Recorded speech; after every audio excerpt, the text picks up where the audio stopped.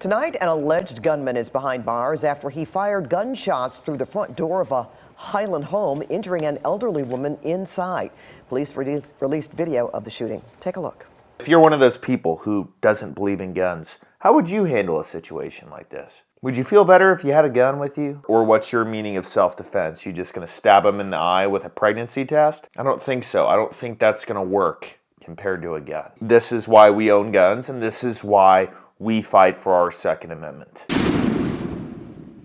Everyone, you've seen USCCA on the channel before. Big thanks to them for being one of the biggest sponsors of this channel. Look, you guys know that I am not going to bring anything to you that doesn't make sense or that I personally don't believe in. And the reality is that if you carry a gun and you are prepared to use it in self-defense and you don't have a USCCA membership, you are gambling with your life savings, your freedom, because unfortunately we live in a country where shooting someone in self-defense or being in a self-defense situation is not a simple thing. Now, I know y'all have seen them a lot on the channel. Maybe you're thinking about becoming a member. Maybe you were just waiting for the right time. Today is that day, along with the range bag and the survival kit that you get when you sign up. They are also gonna send you out this awesome camo bag. That was a joke, well, kinda. You still get the bag, but they're sending you out this awesome leather concealed carry belt. Got a nice steel USCCA buckle, and you've got a ratcheting system.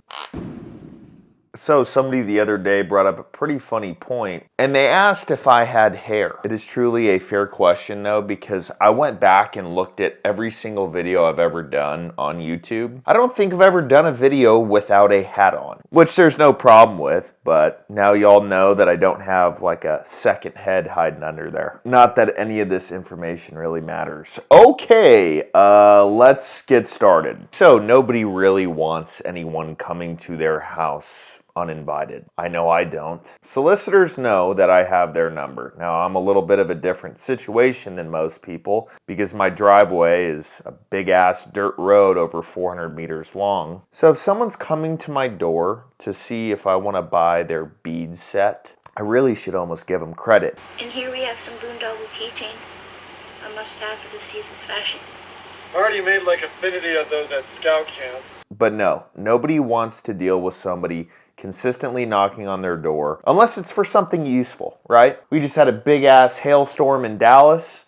People knocking on doors for roofing help. That makes sense. All of the trades, that makes sense. But just some random crap, you can just get lost with that kind of deal. And I'm bringing this up because today's video, we've got a guy in a hoodie that decided to either follow someone home to an apartment complex, or I don't know, they were stalking them, maybe live in the building over, who the hell knows.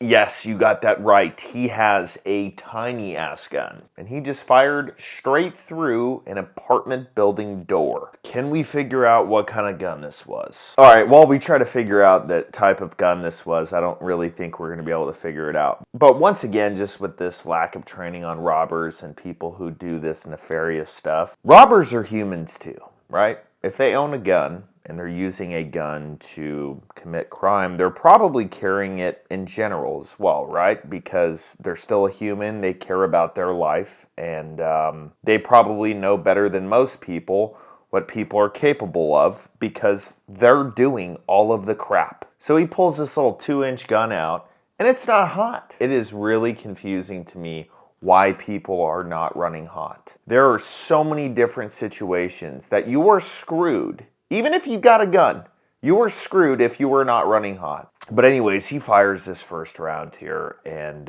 why? It's kind of like when the ATF agents raided the wrong motel room. If you know anything about door breaching, if you're using a gun to do it, you probably want to get a shotgun. Your little .22 handgun is not gonna do much. Or it might, but it's gonna take a while. You kicking the door is gonna do more than that. I need a gun. Where did I just put that one? All right, we'll go with that one for now. A little bit different of a gun, but probably the same caliber. Why is it that people like this decide to shoot like that?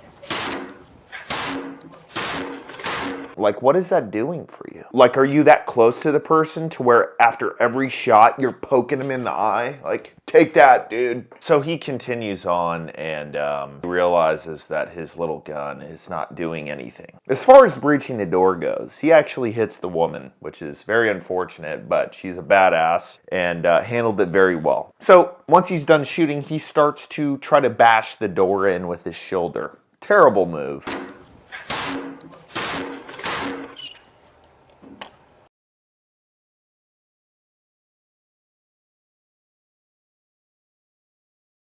Your shoulder will probably break before the door breaks, especially on these metal doors. And then after all of this, he's probably pretty upset at himself, so he just decides to put one more through the door, and then he exits the scene.